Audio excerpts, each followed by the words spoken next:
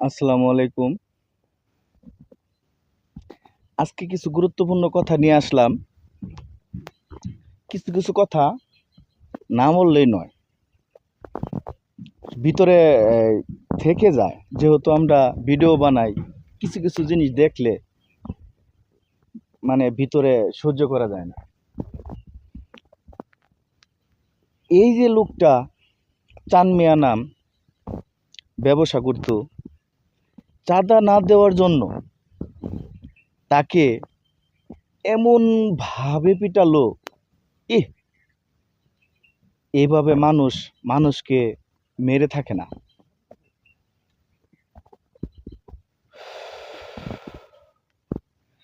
এগুলা দেখলে ভিতরে সহ্য হয় না।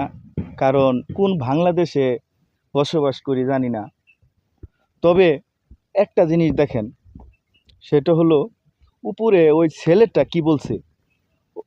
ওই চান মিয়া যে ব্যবসা করতো, যাকে নির্মমভাবে হত্যা করছে, তার ছেলেটা কি বলছে। কত সুন্দর ফুটফুটে একটা ছেলে, বাপের জন্য কত কষ্ট করতেছে, কত কান্না করতেছে, আমার বাবা নাই, আমি এতিম হয়ে গেছি। শুনেন, উপরে শুনে আসেন।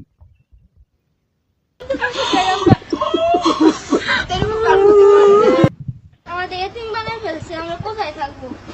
আমার বাবার কাছে কিভাবে নিষ্ঠুর ভাবে আঘাত করছে, পাথর দিয়ে কিভাবে মারছে, কিভাবে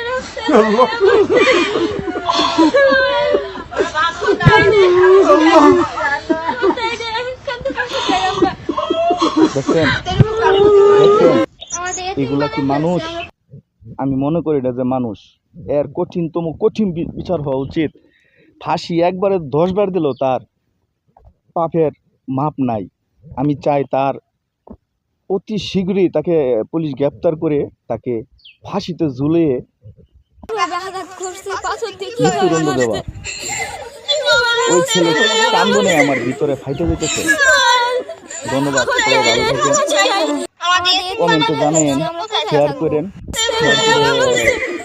সবাইকে এই জিনিসটা দেখার সুযোগ করে দিন। ধন্যবাদ।